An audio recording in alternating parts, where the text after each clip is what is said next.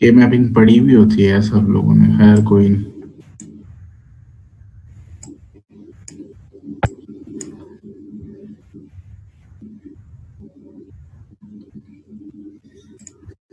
अच्छा, M0 की value don't care में है, डी से जनरेट हो रही है, तो इसका मतलब है डोंट केयर में, ये डोंट केयर वैल्यू है, तो सबसे पहले हम इसी को लिखते हैं।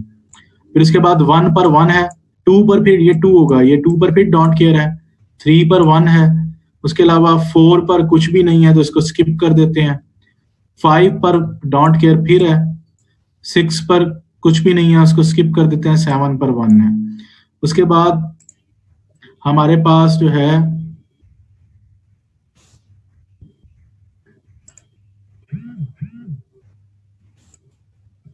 उसके बाद हमारे पास जो है 8 है, 8 आप लोगों का जो है यहाँ पर आता है, लेकिन वो भी फिलहाल अवेलेबल नहीं है, तो हमारे यहाँ से स्टार्ट होगा, क्योंकि जिस तरह इधर से हम एक साइड इधर मूव करवा रहे हैं, ठीक है, बिकॉज ऑफ ग्रे कोड, इसी तरह इधर भी जो है हमारे पास मूव कर जाती है, क्योंकि ये 0 0 के बाद ये साइड 0 0 है, ये 0 1 है, ये 1 0 है, और ये सॉरी ये 1 1 है, और ये 1 0 है। इसी तरह ये भी 0 0 0 1 1 1 एंड 1 0। ये 1 1 का मतलब है 3, 1 0 का मतलब है 2, तो 0 1 2 इधर चला गया, तो इसलिए हम 2 वाली सारी स्लाइड उधर शिफ्ट कर रहे हैं, और सारी वैल्यूज उधर शिफ्ट कर रहे हैं। 3 इधर आ गया तो 3 वाली सारी वैल्यूज हम इस सीक्वेंस में इधर एडजस्ट कर रहे हैं।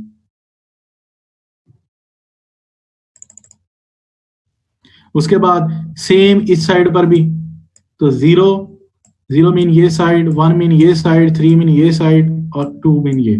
बेसिकली 3 और 2 ये आपस में जो है शिफ्ट कर जाते हैं because of a grey code. Grey code का सीक्वेंस बड़ा जो है लॉन्ग है, वो बाद में फिर जो है मैं आपको डिस्कस करूंगा। फिर आप लोगों ने एंट्रीज को चेक करना है, डोंट केयर की बात। उसके बाद 8 नहीं है, 9 भी नहीं है, 10 भी नहीं है, तो हमारे पास 11 है। उसके बाद 12 भी नहीं है, 13 भी नहीं है, 14 भी नहीं है, 15 है। तो अब कुछ हमारे पास ये शेप बन जाती है। ग्रे कोड जो है इजी तो है, लेकिन बाद में जो है इनको डिस्कस कर लेंगे, क्योंकि वो 1 बिट शिफ्टिंग पर होता है, तो बताना पड़ेगा पूरा प्रोसेस, तो इसलिए। नेक्स्ट, अब इनका ब्लॉक बनाना है। देखिए ये 4 का पहले हमने 1 को देखना है, हमने डोंट केयर को नहीं देखना। जितने डोंट केयर कम होंगे उतना ज्यादा हमें फायदा भी होगा। तो मैंने 1 का 4 का ब्लॉक बना दिया, क्योंकि 8 का बन ही नहीं सकता था। उसके बाद 16 की तो सारी फीलिंग होती तब बनना था, 8 का बन नहीं रहा था, तो 4 का बना दिया। उसके बाद सिर्फ अब ये 1 बच गया, ये जो 1 है ये बच गया। अब इसको कंप्लीट करने के लिए हम 4 का फिर से बना देंगे, तो ये 4 का हमारे पास बन जाएगा, क्योंकि हमने जितना बिगेस्ट ब्लॉक बनाएंगे उतना हमारा सर्किट सिंप्लीफाई होगा, हमने पहले कहा है। तो सर्किट सिंप्लीफिकेशन के लिए हम ये मेथड अप्लाई कर रहे हैं, तो इसलिए ये जरूरी है कि सर्किट के से पहले हम बिगेस्ट ब्लॉक बनाएं। अब बिगेस्ट ब्लॉक बन गया, ये साइड सारी कवर हो गई। जब 1 साइड कवर हो जाती है तो वो साइड सारी जो है कैंसल आउट हो जाती है। जिस तरह हम 3 वेरिएबल में 0 1 को कैंसल आउट कर रहे थे, इस तरह ये आपस में कॉम्बिनेशन बन के कैंसल आउट हो जाते हैं। 0 1 1 0 1 0, ये आपस में सारे कॉम्बिनेशन बन बन के कैंसल आउट हो जाते हैं। तो सिर्फ इधर ये 2 वेरिएबल जो है वो डिटो कॉपी इधर आ जाएंगे। तो मिन टर्म के केस में वेरिएबल क्या होने चाहिए, ये एक्स कॉम्प्लीमेंट और वाई कॉम्प्लीमेंट। नया ब्लॉक चूज करना है, फिर प्लस, ठीक है। उसके बाद इसके साइड में ये साइड पूरी कैंसल आउट हो जाएगी। क्यों? क्योंकि इसने ये वाली पूरी साइड कवर की है, अगर आप लोग देखें तो। और यहाँ पर 1 1 था, तो 1 1 होता है एक्स वाई, तो यहाँ पर एक्स वाई आ जाएगा। और ये इसको हम जो है ना फंक्शन को रिप्रेजेंट करेंगे एफ से। तो ये हमारे पास टोटल के मैपिंग का वे है, जिसको हम लेकर चलते थे। तो इसमें ये मैंने थोड़ा सा फास्ट लिस्ट में करा दिया। जब हम एडर के अंदर या एएलयू डिजाइनिंग में दोबारा यूज होगा तो इसको दोबारा से देख लेंगे, क्योंकि हमने इससे बाहर निकलना है। उसके बाद कुछ डिजाइन प्रोसीजर्स से कॉम्बिनेशनल सर्किट। कॉम्बिनेशनल सर्किट को डिफाइन करें तो कहा जाता है design a combinational circuit with 3 input and 1 output. अच्छा, ये इसने क्वेश्चन दिया। कॉम्बिनेशन सर्किट में वैसे डिफाइन कर देता हूँ। Combination circuit is the combination of different logics से मिलकर बनता है। मींस एंड एक डिफरेंट लॉजिक है, एंड और एक डिफरेंट लॉजिक है। मैं अगर जो है आप लोगों को चैट बॉक्स में देखें तो मैं उसमें बताता रहता हूँ।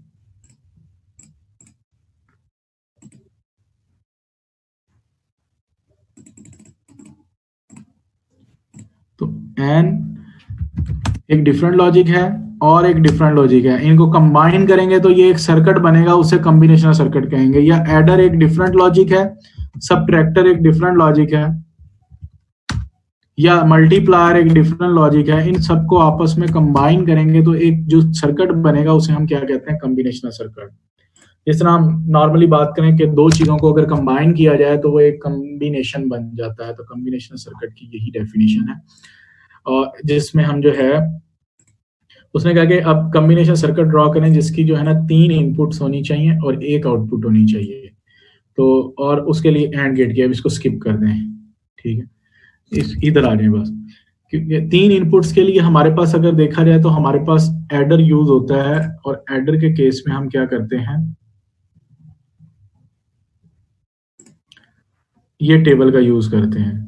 अगर हम देखें 0 + 0 + 0 तो आंसर क्या होता है, सम 0 होगा और कैरी भी 0 ही होगा।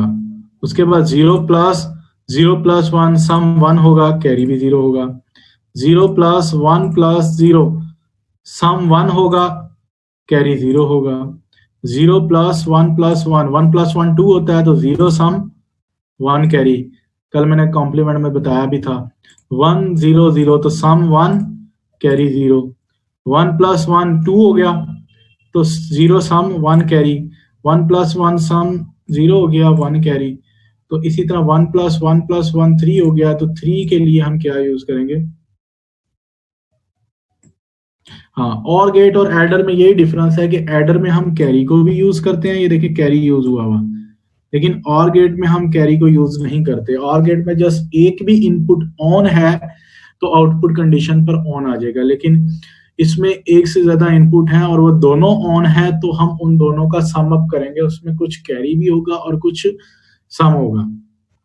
देखें, अब इस फंक्शन की बेस पे उसने ये मैप बनाया, इस फंक्शन की बेस पे ये मैप बनाया, तो इससे जो सर्किट हमारे पास आया वो एडर का आया। कैसे आया कि ये m0 की वैल्यू 0 थी, उसने 0 रखा, m0 की वैल्यू, बल्कि ये सम का सर्किट है, m0 की वैल्यू 0 थी तो 0 रखा उसने, m1 की वैल्यू 1 कर दी, m2 की वैल्यू उसने भी सॉरी m2 की वैल्यू जो है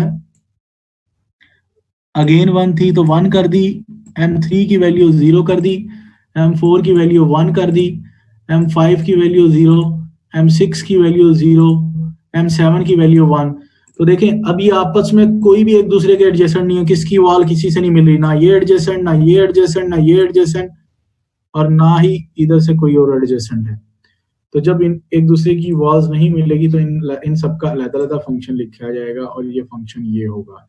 और इसको हम इस तरह भी लिख सकते हैं, x XOR y, क्योंकि x XOR y इक्विवेलेंट होता है x complement y plus x y complement, इसके इक्विवेलेंट होता है। तो हमने उसकी इक्वेशन से हमने इस इक्वेशन को निकाला हुआ है। उसके बाद इसी तरह कैरी का निकाल लेंगे, तो कैरी और हमारे पास जो है उसकी कोई इक्वेशन आ गई, इसी तरह सम की कोई इक्वेशन आ गई, इन सबको सम अप करके हम कोई ये सर्किट ड्रॉ कर लेते हैं। बेसिकली इसने 2 फुल एडर का सर्किट बनाया, क्योंकि 3 इनपुट सर्किट को हम फुल एडर सर्किट भी कहते हैं। क्यों, अगर हम 2 इनपुट की बात करें x y, तो 0 0 का सम क्या होगा, 0 कैरी 1, 0 1 का सम क्या होगा, 1 कैरी 0, सॉरी कैरी 0, 1 0 का सम क्या होगा, 1 कैरी 0, 1 1 का सम क्या होगा, सम 0 एंड कैरी 1। तो हमारे पास इसका जो टेबल बनेगा 2 वेरिएबल के केस में 0 1 1 एंड 0, तो इसका फंक्शन निकालें आप लोग।